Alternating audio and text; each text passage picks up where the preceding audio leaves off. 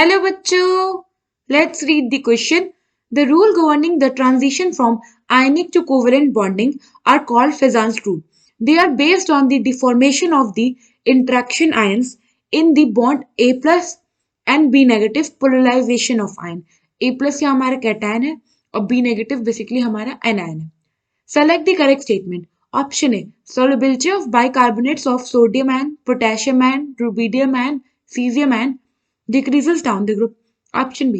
Thermal stability of nitrates of group 1A cations decreases down the group. Option C. Solubility of chromates of group 2 A cation increases down the group. And option D. Melting points of fluoride of sodium ion, potassium ion, rubidium ion, cesium ion decreases down the group. So question में क्या कहा है कि as per फिजान्स rule हमें बताना है कि इनमें से कौन सा करेक्ट स्टेटमेंट है. जहां पे A प्लस डिनोट है हमारा कैटायन और B माइनस डिनोट है हमारा एनायन. तो हम एक एक करके हमारे सारे स्टेटमेंट्स को रीड आउट करते हैं और अंडरस्टैंड करते हैं. सो पहला स्टेटमेंट क्या कह रहा है कि जो सॉल्युबिलिटी होती है बाइकार्बोनेट्स की वो डिक्रीज करती है डाउन द ग्रुप. यहाँ पे बात कर रहा है हमारा अल्कली मेटल्स का. सो ये जो स्टेटमेंट है ये हमारा गलत है. होता क्या है कि एज पर फेजान्स रूल अगर किसी कंपाउंड का आपका आयोनिक कैरेक्टर ज्यादा है तो उसका थर्मल स्टेबिलिटी भी ज्यादा होगा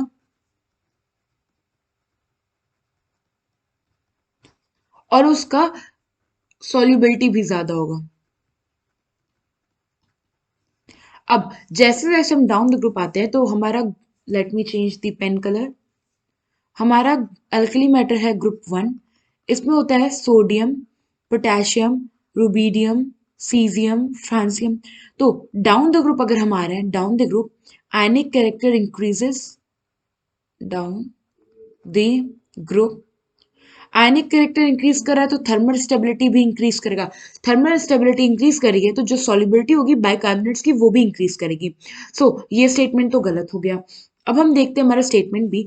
इसमें कह रहा है कि thermal stability of nitrates of group 1A यानी कि अल्कली मेटल्स का जो थर्मल स्टेबिलिटी है वो डाउन द ग्रुप डिक्रीज होता है.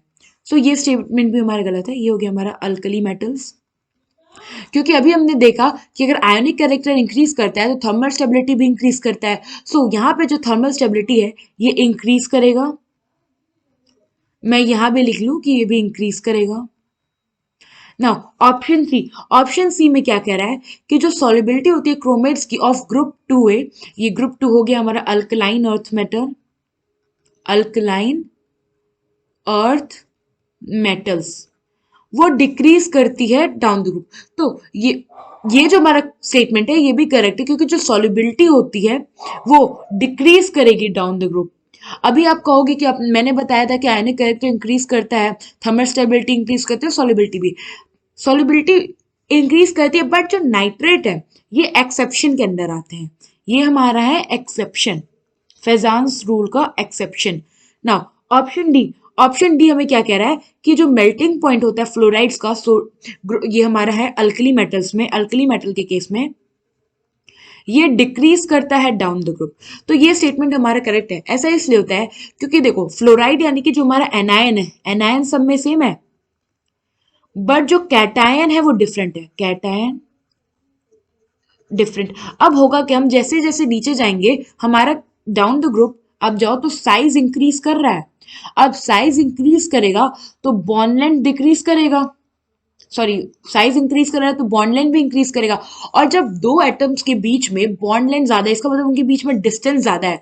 तो डिस्टेंस ज्यादा है तो जल्दी मेल्ट कर पाएंगे, इसका मतलब उनका मेल्टिंग पॉइंट कम हो जाएगा क्योंकि वो जल्दी मेल्ट करेंगे, जल्दी मेल्ट होंगे.